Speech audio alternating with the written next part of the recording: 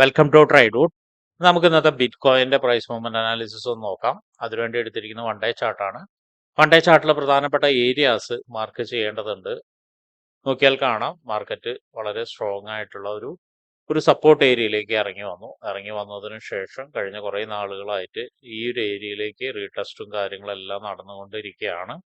ഇവിടെയായിരുന്നു ആദ്യം ഇറങ്ങി വന്നത്. പിന്നെ നോക്കിയാൽ കാണാം റീടെസ്റ്റ് ഇങ്ങനെ നടന്നുകൊണ്ടിരിക്കുന്നുണ്ട്. ഇവിടേക്ക് നോക്കിയാൽ കാണാം വീണ്ടും റീടെസ്റ്റ് വരുന്നുണ്ട്. ഇവിടെ തൊട്ടടുത്ത് വന്നിട്ടുണ്ട്. ഇനി പറയാൻ പോകുന്ന കാര്യം, ഈ ഒരു സപ്പോർട്ട് ഏരിയയിൽ നിന്നിട്ട് മാർക്കറ്റ് എടുത്തിട്ട് പതിയെ പതിയെ മുകളിലോട്ട് പോയിക്കൊണ്ടിരിക്കുകയാണ്. നോക്കിയാൽ കാണാം ഇവിടെ നിന്ന് സപ്പോർട്ട് എടുത്തു, വീണ്ടും ഇവിടെ നിന്ന് സപ്പോർട്ട് എടുത്തു, വീണ്ടും നോക്കിയാൽ കാണാം ഒരു സപ്പോർട്ട് ഇവിടെ നിന്ന് എടുത്തിട്ടുണ്ട്. ഇതിൻ്റെ ഒരു പ്രത്യേകത എന്താണെന്ന് വെച്ചിട്ടുണ്ടെങ്കിൽ ഒരു ട്രെൻഡ് ലൈൻ ഓൾറെഡി ക്രിയേറ്റ് ചെയ്തിട്ടുണ്ട് ഈ ഒരു ഏരിയയിൽ എന്നുള്ളതാണ്. നല്ല രീതിയിൽ ഒരു ട്രെൻഡ് ലൈൻ ക്രിയേറ്റ് ചെയ്തിട്ടുണ്ട്. പിന്നെ അതുപോലെ തന്നെ മറ്റൊരു കാര്യം കൂടി ശ്രദ്ധിച്ചാൽ കാണാം, കഴിഞ്ഞ ദിവസങ്ങളിലൊക്കെ പറഞ്ഞൊരു കാര്യമാണ് ഈ ഒരു ഏരിയ എന്ന് പറയുന്നത്. ഈ ഒരു ഏരിയയുടെ പ്രത്യേകത എന്താണെന്ന് വെച്ചിട്ടുണ്ടെങ്കിൽ മാർക്കറ്റ് ഇവിടേക്ക് വന്നതിന് ശേഷം താഴോട്ടേക്ക് ഇറങ്ങിയിട്ടുണ്ടെങ്കിൽ പോലും അവിടെ ക്ലോസ് ചെയ്യാൻ പറ്റിയിട്ടില്ല. ഡേ ക്യാൻഡലിന്റെ കാര്യമാണ് പറയുന്നത്. ചെറിയ ടൈം ഫ്രെയിമിൽ പോയി നോക്കി കഴിഞ്ഞാൽ ക്ലോസിംഗ് ഒക്കെ കാണാം. അപ്പോൾ ഡേ ക്യാൻഡിൽ നോക്കുമ്പോൾ ഹയർ ടൈം ഫ്രെയിമിൽ ക്ലോസ് ചെയ്യാൻ പറ്റിയിട്ടില്ല. അപ്പൊ അതിനർത്ഥം എന്താണെന്ന് വെച്ചിട്ടുണ്ടെങ്കിൽ മാർക്കറ്റ് ഇവിടെ നല്ലൊരു സ്ട്രോങ് ആയിട്ടുള്ള ഒരു സപ്പോർട്ട് ഏരിയയും കൂടി ക്രിയേറ്റ് ചെയ്തിട്ടുണ്ട്. അപ്പോൾ അവിടേക്ക് ഓരോ തവണ വരുമ്പോഴും മുകളിലോട്ട് പോകാനുള്ള ടെൻഡൻസിയാണ് മാർക്കറ്റ് കാണിക്കുന്നത് എന്നുള്ളതാണ്. അപ്പോൾ ഇത്രയാണ് സപ്പോർട്ട് ഏരിയ മനസ്സിലാവുന്നത്. അതായത് ഇപ്പൊ നിലവിൽ ഒരു നിയറസ്റ്റ് സപ്പോർട്ട് ഏരിയ എന്ന് പറയുന്നത് ഇതാണ്. ഇനി നമുക്ക് നോക്കാനുള്ള ഒരു റെസിസ്റ്റൻസ് ഏരിയ ആണ്. റെസിസ്റ്റൻസ് ഏരിയ നോക്കിയാലും കാണാം ഈ ഒരു ലൈനിന്റെ താഴെയാണ് മാർക്കറ്റ് എപ്പോഴും ക്ലോസ് ചെയ്തിരിക്കുന്നത്. അതായത് വളരെ ടൈറ്റ് റേഞ്ചിലാണ് മാർക്കറ്റ് നിൽക്കുന്നത് എന്നുള്ളതാണ്. ഈ നോക്കിയാൽ കാണാം ഇതാണ് മാർക്കറ്റിന്റെ റേഞ്ച്. ഇതിൽ നിന്നൊരു ബ്രേക്ക്ഔട്ട് കിട്ടിക്കഴിഞ്ഞാൽ, അതായത് മുകളിലേക്ക് കിട്ടിക്കഴിഞ്ഞാൽ വലിയ രീതിയിൽ പോകുന്നു തന്നെയാണ് എക്സ്പെക്ട് ചെയ്യുന്നത്. കാരണം കുറെ കൺസോൾട്ടേഷൻ കഴിഞ്ഞിട്ട് ഒരു സഡൻ ബ്രേക്ക് എന്ന് പറയുന്നത് വലിയ രീതിയിലുള്ള മൂവ്മെന്റ് കിട്ടാനുള്ള സാധ്യതയുണ്ട്. തിരിച്ചും അങ്ങനെ തന്നെയാണ്. ഒരു ബ്രേക്ക് കിട്ടിക്കഴിഞ്ഞാൽ, സഡൻ ബ്രേക്ക് കിട്ടിക്കഴിഞ്ഞാൽ ഒരു കണ്ടിന്യൂഷൻ കിട്ടാനുള്ള സാധ്യത കാണുന്നുണ്ട്. എനിവേ നമുക്ക് ഇൻട്രാഡേ ട്രേഡ് ചെയ്യുമ്പോൾ നമ്മൾ നോക്കേണ്ട ചെറിയ ചെറിയ മൂവ്മെന്റുകളെ കുറിച്ചാണ്. അതുകൊണ്ട് നമുക്ക് എന്ത് ചെയ്യാം, ചെറിയ ടൈം ഫ്രെയിമിലേക്ക് പോവാം. ആ ചെറിയ ടൈം ഫ്രെയിമിലേക്ക് പോകുന്നതിന് മുന്നേ ഒരു പ്രധാനപ്പെട്ട കീ ഏരിയയും കൂടിയിട്ട് നമുക്ക് നോക്കാം. അത് ഒന്ന് പറയുന്നത് ഇവിടെ ഒരു ഇംബാലൻസ് ആണ്. ഇവിടെ ഒരു ഇംബാലൻസ് ഉണ്ട്. അപ്പോൾ ആ ഒരു ഇംബാലൻസിനെ മാർക്ക് ചെയ്തിടുന്നുണ്ട്. ഇനി നമുക്ക് 1 അവറിൽ പോയിട്ട് കുറച്ചും കൂടി പ്രധാനപ്പെട്ട ഏരിയാസ് എന്തെങ്കിലും ഉണ്ടോ എന്നുള്ളത് നോക്കാം.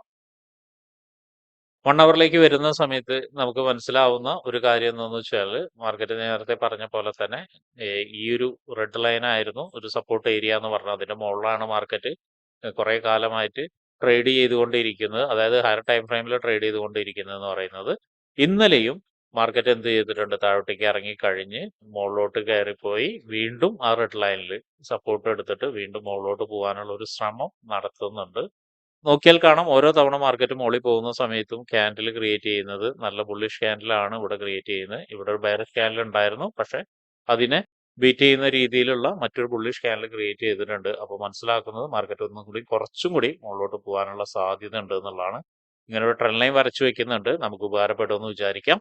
ഇനി ഒരു 1 അവറിന്റെ ഒരു സപ്പോർട്ട് ഏരിയ എന്ന് പറയുന്നത് ഇപ്പൊ നിലനിൽക്കുന്ന അല്ലെങ്കിൽ മാർക്കറ്റ് നിൽക്കുന്ന ഏരിയയിൽ നിന്ന് ഒരു സപ്പോർട്ട് ഉണ്ട്. ഇവിടേക്ക് നീട്ടി വരയ്ക്കുകയാണെങ്കിലും നിങ്ങൾക്ക് കാണാം ഇവിടെ നല്ലൊരു സപ്പോർട്ടാണ്. അപ്പൊ ഈ ഒരു ഏരിയനെ സപ്പോർട്ടായിട്ട് എടുക്കുന്നുണ്ട്. കളർ ഒന്ന് ചെറുതായിട്ട് ഒന്ന് മാറ്റിയിടുന്നുണ്ട്. ഇനി റെസിസ്റ്റൻസ് ഏരിയ എന്ന് പറഞ്ഞാൽ നേരത്തെ നമ്മൾ വരച്ചിരിക്കുന്ന ഒരു ഇംബാലൻസ് റെസിസ്റ്റൻസ് ഏരിയ ആയിട്ട് ഇപ്പൊ ആക്ട് ചെയ്യുന്നുണ്ട്. നോക്കിയാൽ കാണാം അവിടെ നിന്നൊരു സപ്ലൈ നടന്നു, വീണ്ടും അവിടേക്ക് വരുന്ന സമയത്ത് വീണ്ടും ഒരു സപ്ലൈ നടന്നു. അപ്പൊ ഈ 2 തവണ ആ ഏരിയയിൽ നിന്ന് സപ്ലൈ നടന്നിട്ടുണ്ടെങ്കിൽ അവിടെ ഒരു സ്ട്രോങ് ഏരിയ ആണെന്നാണ് നമ്മൾ വിശ്വസിക്കേണ്ടത്. അപ്പൊ ഇംബാലൻസ് പ്ലസ് റെസിസ്റ്റൻസ് ഉണ്ട്. തൽക്കാലം ഇതിനിപ്പോ ഇംബാലൻസ് ആയിട്ട് തന്നെയാണ് നിലനിർത്തുന്നത്. അതിന്റെ കാരണം എന്തെന്ന് വെച്ചിട്ടുണ്ടെങ്കിൽ ഈ ബ്ലൂ ലൈനിന്റെ മുകളിൽ നമുക്ക് ആണ് ഇംബാലൻസ് കാണുന്നത്. അതും ഡേ ക്യാൻഡലിന്റെ ഇംബാലൻസ് ആണ്. അപ്പൊ നമ്മൾ പ്രതീക്ഷിക്കേണ്ട ഒരു കാര്യം എന്താണെന്ന് വെച്ചിട്ടുണ്ടെങ്കിൽ മാർക്കറ്റ് ഈ ഒരു ബ്ലൂ ലൈനിന്റെ മുകളിലേക്ക് കയറുകയാണെങ്കിൽ ഒരുപക്ഷെ അവിടെ നിന്ന് ഒരു റിജക്ഷൻ കിട്ടാനുള്ള സാധ്യത ഉണ്ട് എന്നുള്ളത് കൊണ്ടാണ് ഇംബാലൻസ് ആയിട്ട് തന്നെ നിലനിർത്തുന്നത്, അല്ലെങ്കിൽ ഇംബാലൻസ് ആയിട്ട് തന്നെ എഴുതി വെച്ചിരിക്കുന്നത്. അപ്പൊ അതൊന്ന് നോട്ട് ചെയ്യുന്നത് നന്നായിരിക്കും. അപ്പോൾ ഇത്രയാണ് 1 അവർ ചാർട്ടിൽ പ്രധാനപ്പെട്ട ഏരിയാസ് നോട്ട് ചെയ്യുന്നത്. ഇനി നമുക്ക് 50 മിനിറ്റ്സിലോട്ട് പോയിട്ട് എന്തെങ്കിലും എൻട്രി സാധ്യതകൾ ഉണ്ടോ എന്നുള്ളത് നോക്കാം.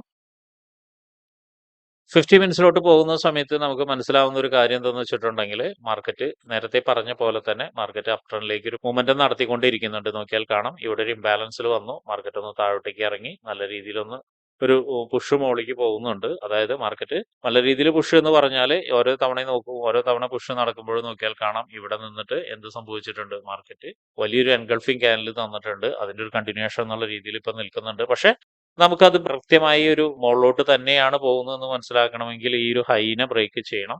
അപ്പോൾ ഈ ഒരു ഹൈ വളരെ ഇമ്പോർട്ടന്റ് ആണ്. ഞാൻ ഈ ലൈൻ ഡിലീറ്റ് ചെയ്ത് കളഞ്ഞിട്ട് പോയിന്റ് ചെയ്ത് വെക്കുന്നുണ്ട്. ഈ ഹൈ വളരെ ഇമ്പോർട്ടന്റ് ആണ്. പിന്നെ അത് മാത്രമല്ല, നോക്കിയാൽ കാണാം ഈ റെഡ് ലൈനിന്റെ മുകളിലേക്ക് നല്ലൊരു സ്ട്രോങ് ആയിട്ട് ബ്രേക്ക് തന്നിട്ടുണ്ട്. പിന്നെ വീണ്ടും താഴോട്ടേക്ക് ഇറങ്ങി ഒരു സപ്പോർട്ട് എടുക്കുന്നുണ്ട്. വീണ്ടും മാർക്കറ്റ് മുകളിലോട്ട് പോവാന്നുള്ളൊരു ഇതിലാണ് നിൽക്കുന്നത്. അങ്ങനെയാണെങ്കിൽ ഇവിടെ എവിടെയെങ്കിലും വന്നതിന് ശേഷം ഒരുപക്ഷെ വീണ്ടും ട്രെൻഡ് ലൈനിലേക്ക് വരാനുള്ള സാധ്യത ഉണ്ട്. അങ്ങനെയാണെങ്കിൽ നമുക്ക് ആ ട്രെൻഡ് ലൈനിൽ വരുന്ന സമയത്ത് നമുക്ക് എൻട്രി കിട്ടാനുള്ള സാധ്യത വളരെ കൂടുതലാണ്. ട്രെൻഡ് ലൈനിന്റെ കളർ ഒന്ന് മാറ്റി ഗ്രീൻ ആക്കി ഇടുന്നുണ്ട്. അതൊന്ന് നോട്ട് ചെയ്ത് വെക്കുക.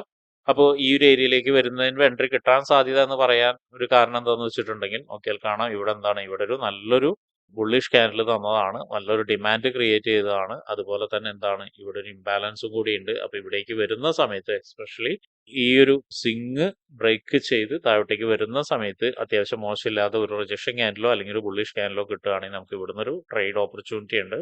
അങ്ങനെ ട്രേഡ് ഓപ്പർച്യൂണിറ്റി കിട്ടുന്ന സമയത്ത് ശ്രദ്ധിക്കേണ്ട ഒരു കാര്യം, ഡെഫിനറ്റ്ലി ഇതിന്റെ താഴെ ആയിരിക്കണം സ്റ്റോപ്പ് ലോസ്. ഇത്തിരി വലിയ സ്റ്റോപ്പ് ലോസ് ആയിരിക്കും. കാരണം പറയാനുള്ള കാരണം എന്താണെന്ന് വെച്ചിട്ടുണ്ടെങ്കിൽ മാർക്കറ്റ് തിരിച്ചിറങ്ങുന്ന ഏരിയ എന്ന് പറഞ്ഞാൽ നോക്കിയാൽ കാണാം ഇവിടെ നിന്ന് നല്ലൊരു സപ്ലൈ നടന്ന ഏരിയ ആണ്. അപ്പോൾ വീണ്ടും അവിടെ നിന്ന് തിരിച്ചിറങ്ങുന്ന സമയത്ത് ഒരുപക്ഷെ സ്ട്രോങ് ഏരിയയിലേക്ക് എത്താം.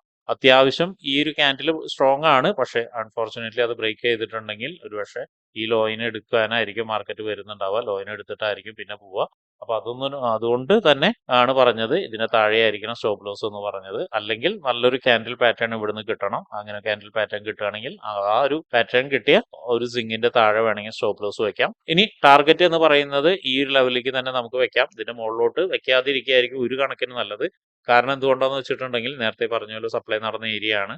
പിന്നെ എന്താണ്, രണ്ടാമത് ഒരു റീടെസ്റ്റിന് ഇവിടെ വരും. അപ്പോൾ വീണ്ടും ഒരിക്കൽ കൂടി ഇവിടെ റീടെസ്റ്റിന് വന്നു കഴിഞ്ഞാൽ ഒരുപക്ഷെ വലിയൊരു വീഴ്ച താഴോട്ടേക്ക് കിട്ടാനുള്ള സാധ്യതയുണ്ട്. അപ്പൊ അങ്ങനെയാണെങ്കിൽ ശ്രദ്ധിക്കുക, ഈ ലോനെ ബ്രേക്ക് നടത്തും മാർക്കറ്റ്. ഈ ലോനെ ബ്രേക്ക് നടത്തി കഴിഞ്ഞാൽ എന്തായിരിക്കും, ഒരു ഡൗൺ ട്രെൻഡ് കിട്ടാനുള്ള സാധ്യതയും കൂടി ഉണ്ട്. അപ്പോൾ എന്ത് സംഭവിക്കും, അപ്പൊ ഇവിടെ എത്തുന്ന സമയത്ത് ഒരു പാറ്റേൺ കിട്ടുകയാണ്. ഒരു പാറ്റേൺ കിട്ടുകയാണെന്ന് വെച്ചാൽ മുകളിലൊരു ട്രെൻഡ് ലൈൻ സപ്പോർട്ടും കൂടി ഉണ്ട്. ആ ഒരു പാറ്റേൺ കിട്ടുകയാണെങ്കിൽ നമുക്ക് അവിടെ നിന്ന് നമുക്ക് എന്ത് ചെയ്യാം, ഒരു സെൽ എൻട്രി എടുക്കാം. ഇത് ഇവിടെയും ബാധകമാണ്. അതായത് ഈ പറഞ്ഞ കാര്യത്തിലും ബാധകമാണ്. ഇവിടെ എത്തുന്ന സമയത്ത് നല്ലൊരു പാറ്റേൺ കിട്ടുകയാണ്.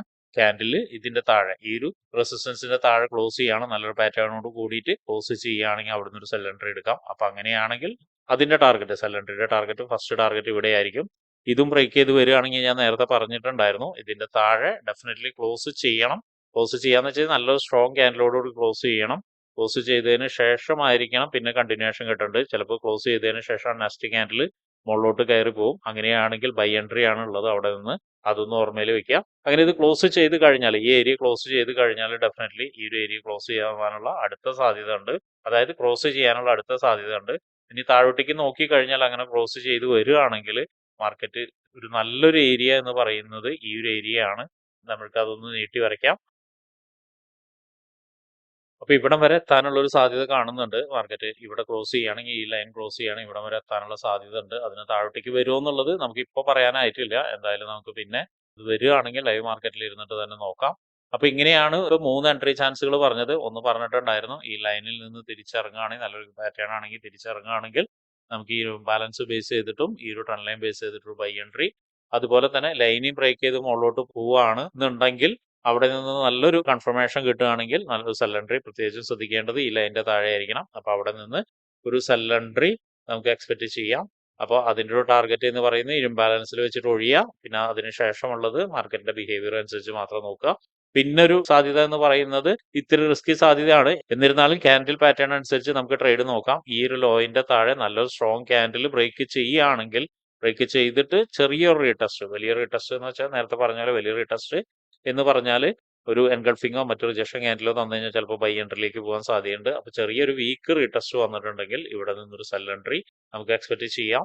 അപ്പൊ 3 ടൈപ്പ് എൻട്രികളാണ് നമ്മൾ പറഞ്ഞിരിക്കുന്നത്. അപ്പൊ അതൊന്ന് നോട്ട് ചെയ്ത് വെക്കുക.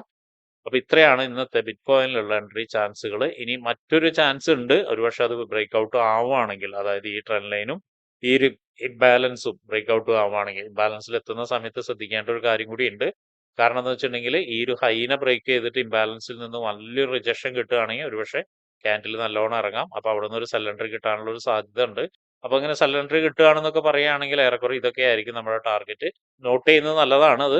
കാരണം ഡേയുടെ ഇംബാലൻസ് ആയതുകൊണ്ടാണ് അങ്ങനെ പറയുന്നത്. അപ്പൊ അതും നോട്ട് ചെയ്ത് വെക്കുക. അപ്പൊ അങ്ങനെ 4 എൻട്രികൾ പറഞ്ഞിട്ടുണ്ട്. ഇനി ഇതിന്റെ മുകളിൽ ഈ ബാലൻസിന്റെ മുകളിൽ ബ്രേക്ക് ചെയ്ത് പോവുകയാണെങ്കിൽ ഇവിടെ ഒരു റെഡ് ലൈൻ വരച്ചിട്ടുണ്ട്. അവിടം വരെ ഒരു ബൈ എൻട്രിയും കിട്ടാനുള്ള സാധ്യത ഉണ്ട്. അപ്പൊ 5 എൻട്രികൾ BTC പറഞ്ഞിട്ടുണ്ട്. അപ്പൊ 5 എൻട്രി നോട്ട് ചെയ്ത് വെക്കുക. അപ്പൊ ട്രേഡ് എടുക്കുന്ന ആളുകൾ ആ ഒരു ഏരിയയിൽ എത്തുന്ന സമയത്ത് ക്യാൻഡിൽസ് എങ്ങനെ ബിഹേവ് ചെയ്യുന്നു അല്ലെങ്കിൽ എങ്ങനെയാണ് മാർക്കറ്റ് ബിഹേവ് ചെയ്യുന്നത് എന്നുള്ള ബേസ് ചെയ്തിട്ട് മാത്രം ട്രേഡ് എടുക്കാൻ ശ്രമിക്കുക. അപ്പൊ ഇങ്ങനെയുള്ള കാര്യങ്ങളൊക്കെ നിങ്ങൾക്ക് പഠിക്കാൻ താല്പര്യമുണ്ടെങ്കിൽ ട്രേഡ് റൂട്ടുമായിട്ട് ബന്ധപ്പെടാം. അത് ഫ്രീ ആയിട്ട് ട്രേഡിങ്ങിന്റെ കാര്യങ്ങളൊക്കെ നിങ്ങൾക്ക് പഠിക്കാവുന്നതാണ്. അതിനു വേണ്ടിയിട്ട് ഈ വീഡിയോയുടെ ഡിസ്ക്രിപ്ഷനിൽ ഒരു ഗൂഗിൾ ഫോം കൊടുത്തിട്ടുണ്ട്. ആ ഗൂഗിൾ ഫോം കൃത്യമായി വായിച്ച് അതിലുള്ള കണ്ടീഷൻസ് ഒക്കെ ഓക്കെ ആണെങ്കിൽ മാത്രം ഫിൽ ചെയ്യുക. അതോടൊപ്പം തന്നെ ഡിസ്ക്രിപ്ഷനിലുള്ള വാട്സപ്പ് ചാനലിൽ നിങ്ങൾക്ക് ജോയിൻ ചെയ്യാവുന്നതാണ്. അവിടെ ട്രേഡ് റൂട്ടിന്റെ അപ്ഡേറ്റ്സ് ലഭിക്കുന്നതാണ്. അപ്പൊ എല്ലാവർക്കും ഇന്നൊരു പ്രോഫിറ്റബിൾ ഡേ ആവട്ടെ എന്ന് ആശംസിക്കുന്നു.